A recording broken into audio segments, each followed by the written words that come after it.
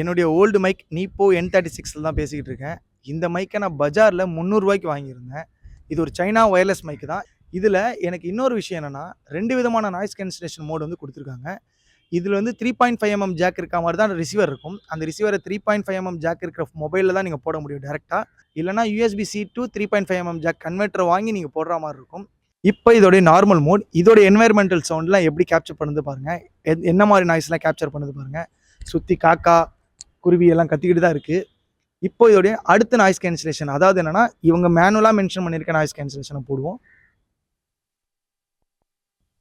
இதான் இதோடைய normal noise cancellation. இந்த நாய்ஸ் கேன்சலேஷன்ல ஆல்மோஸ்ட் வந்து கேமரால ரெக்கார்ட் பண்ணும்போது நாய்ஸ் எனக்கு அப்படியே இருக்க மாரி ஒரு ஃபீல் இருந்துச்சு. இதனால வந்து பெரிய டிஃபரெண்ட் எதுவுமே ஆகல. பட் மொபைல்ல இந்த மோட மாத்தும்போது எனக்கு நல்லாவே நாய்ஸ வந்து ஃபில்டர் பண்ணிச்சு. அடுத்து ஸ்மார்ட் நாய்ஸ் கேன்சலேஷன எனேபிள் பண்ணலாம்.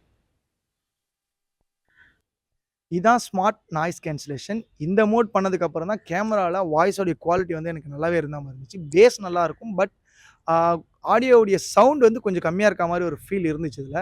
இதான் இதோடைய ஆடியோ குவாலிட்டி. இப்ப நான் வந்து மறுபடியும் லார்க் M2 உடைய ஆடியோ குவாலிட்டிய செக் பண்றதுக்காக அத போடுறேன். அதுல எப்படி இருக்குன்றத பார்த்துட்டு கீழ கமெண்ட்ல நீங்களே அத மென்ஷன் பண்ணுங்க.